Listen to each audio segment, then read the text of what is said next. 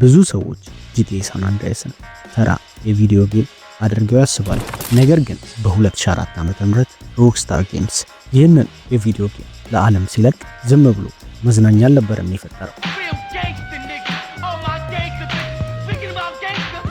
የዘጠናዎቹ የዌስት ኮስት ጋንግስተር ራፕ ካልቸር የአኗኗር ዘይቤንና የታሪክን እውነት በዲጂታል ዓለም ውስጥ ያሰረ ሕያው ማህደር እንጂ። በዚህ ቪዲዮ ጌም ውስጥ ያሉትን የሎስ ሳንቶስ ጎዳናዎች ሳንዞር ከበስተጀርባ የሚሰማው የጂ-ፎንክ ሙዚቃና የገጸ ባህሪያት አለባበስ ዝም ብሎ የመጣ አይደለም፣ እሱ የሂፕሆፕ ነፍስ ነው።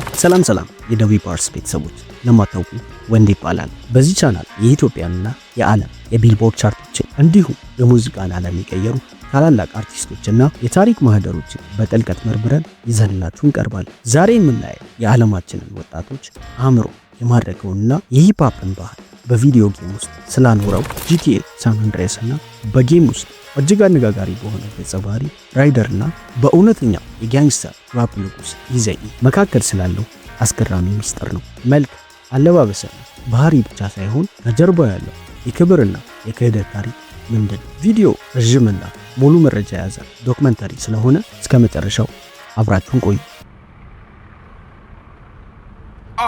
No. Shit, Smoke, what you into? That's it. Look at that ride. ታሪካችን የሚጀምረው በ1990ዎቹ መጀመሪያ በካሊፎርኒያ የጎዳና ላይ ህይወት ውስጥ ነው። ሮክስታር ጌምስ ጨዋታውን ሲቀርጽ የከተማውን ድባብ እውነተኛ ለማድረግ ትልቁ ኢንቨስትመንት ያደረገው ሙዚቃ ላይ ነበር። መኪና ውስጥ ገብተን ራዲዮ ሎስ ሳንቶስ ወይም ፕሌይባክ ኤፍኤም ስንከፍት የሚሰሙ ድምጾች የዘጠናዎቹ ወርቃማ ዘመን ቁልጭ አድርገው ያሳያሉ። የዳክተር ድሬ ናቲንግ በት ኤ ጂ ቲንግ፣ የአይስ ኪዩብ ኢት ዋዝ አ ጉድ ዴይ እና የቱፓክ ሙዚቃዎች በጌም ውስጥ ዝም ብለው ማጀቢያ አልነበሩ። ሮክስታር ጌምስ እነዚህ ሙዚቃዎች ለመጠቀም ሚሊዮን ዶላሮችን ለሙዚቃ ኩባንያዎች ከፍለዋል። ምክንያቱም የሳን አንድሪያስን ታሪክ ያለ ሂፕሆፕ መገንባት ስለማይቻል። ጨዋታው ላይ ያለው ክራክ ኢፒደሚክ፣ የሎስ ሳንቶስ ፖሊሶች ጭካኔና የጎዳናዎች ላይ ጦርነት ሁሉም በኤልኤ የሂፕሆፕ ግጥሞች ውስጥ ያሉ ታሪኮች ናቸው። ይህ የራዲዮ ጣቢያዎች አብዮት ጨዋታውን ተጫውቶ ለማያድግ ልጅ የዘጠናዎቹ የዌስት ኮስት የሂፕሆፕ ካልቸር አምባሳደር አደረገ። ነገር ግን ከሙዚቃው ባለፈ እውነተኞቹ የራፕ ነገስታት ወደ ጨዋታው ገጸ ባህሪነት የመቀየር ትልቁ ሚስጥር የተጀመረው ከግሮቭ ስትሪት አባላት መካከል አንዱ በሆነ ላንስ ዊልሰን ወይም በቅጽል ስሙ ራይደር ነው። አሁን ወደ ዋናው ሚስጥር ስንገባ ጌሙን የተጫወተ ማንኛውም የሂፕሆፕ አፍቃሪ ራይደርን ገና መጀመሪያ ሲያየው በአይምሮ የሚመጣው አንድ ሰው ብቻ ነው፣ እውነተኛው የኤንደብሊው መሪ እና የጋንግስተር ራፕ አባት ኢዜኢ። ይህ መመሳሰል በአጋጣሚ የተፈጠረ ነው ተብሎ ለዓመታት ሲወራ ቆይቷል። ግን እውነታው ምንድን ነው? ሮክስታር ጌምስ የኢዜኢን ቪዥዋል አይደንቲቲ ሙሉ ለሙሉ ኮፒ አድርጎታል። እስኪ በደንብ እናስተውል። ያቺ ታዋቂዋ የካንተን ጥቁር ኬፕ፣ ሁሌም ከአይኑ የማይለያት ጥቁር መነጽርና አጭርና ቀጭን አካላዊ ቅርጽ ልክ እንደ ኢዜኢ ነው። ምንም እንኳን ራይደር የግሮቭ ስትሪት አረንጓዴ ጃኬት ቢለብስም ስታይሉ የተወሰደው ከኢዜኢ ሪል ማዳፋኪንግ ጂስ ከተሰኘው ቪዲዮ ክሊፕ ላይ ነው። ባህሪውም ቢሆን በጣም ተሳዳቢ፣ የማይፈራ ሁሌም ሲጋራ የሚያጨስና በራሱ የሚተማመን አግሬሲቭ ፐርሰናሊቲ ነው። ሮክስታር ጌም ይህንን ያደረገው የጋንግስተር ራፕን ሉክ በትክክል ለዓለም ለማሳየት ነው። ኢዜኢ በ1995 ከዚህ ዓለም በሞት ስለተለየ ለሱ ክብር ለመስጠትና የሱ የጎዳና ላይ ማንነት በጌም ውስጥ ያው ለማድረግ የራደር ገጸ ባህሪ የሱ አምሳያ አድርገው ቀረጹ። ነገር ግን ሚስጥሩ በዚህ ብቻ አላበቃ። የድምጽ ምርጫው ነገሩን ሁሉ አስገራሚ አድርጓል። ነገሩ ይበልጥ ጥልቅና ሚስጥራዊ የሚሆነው እዚህ ጋር ነው። ሮክስታር ጌምስ ራደርን ገጸ ባህሪ ሙሉ በሙሉ ከኢዜኢ ላይ ከቀዳው በኋላ ለገጸ ባህሪ ቮይስ አክተር እንዲሆን የጋበዘው ማንን ይመስላል?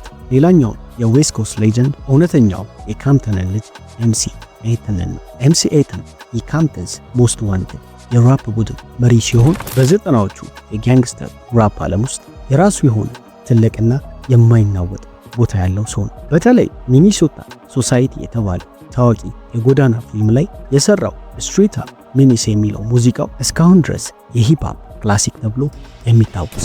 አስገራሚ እውነት ግን ኤምሲ ኤይተን እና ኢዜኢ በእውነተኛው ህይወት የቅርብ ጓደኛ ማቾችና የስራ ባልደረቦች ነበሩ። ሮክስታር ጌምስ የኢዜኢን ድምፅ በቀጥታ መጠቀም አልቻለም ነበር። ምክንያቱም ኢዜኢ ጌሙ ከመውጣቱ ከ9 ዓመታት በፊት በ1995 ከዚህ ዓለም በሞት ተለይቷል። ስለዚህ እሱ ያለውን ክብር ፍጹም ለማድረግ የሱን መልክ ከቅርብ ጓደኛው ከኤምሲ ኤተን ድምፅና የጎዳና ስላንግ ጋር አዋህደው ራይደርን ፈጠሩ። ራይደር ጌሙ ላይ ኒንጃ ወይም ያለ የሚጮኸው ድምፅ እውነተኛ የ90ዎቹ ካምፕተን ንዝረታ ነው። Buster, Buster, straight Buster, Buster, Buster, Buster, bastard, Buster, bastard, Buster, Buster, Buster, Buster.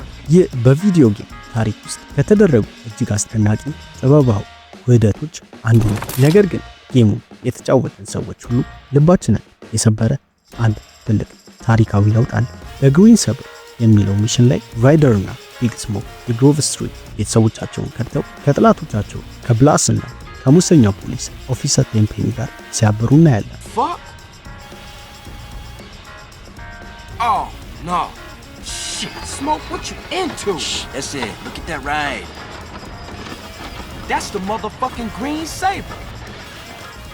በመጨረሻም ዋና ገጸ ባህሪ ሲጄ የገዛው የልጅነት ጓደኛውን ራይደርን በጀልባ ባህር ላይ ሲያሳድደውና ሲገለው ታሪኩ ያበቃል። ይህ ታሪካዊ ክህደትና ሞት በእውነተኛው ሂፕሆፕ ታሪክ ውስጥ ምን ይመስላል? NWA የተባለው የኢዜኢ ቡድን ሲበተን በውስጣቸው የነበረው የገንዘብና የስልጣን ሽኩቻ ቡድኑን ለሁለት ሰንጥቆት ነበር። ዶክተር ድሬና አይስ ኪዩብ ከቡድኑ ሲወጡ ኢዜኢ እንደ ከዳተኛና የጋንግስተር ህይወትን ለገንዘብ የሸጠ ሰው አድርገው በሙዚቃቸው ሲወቅሱት ነበር። ሮክስታር ጌምስ ይህንን እውነተኛ የNWA የመበተን ድራማ በጌም ውስጥ በግሮቭ ስትሪት መፈራረስ ላይ ተጠቀሙ።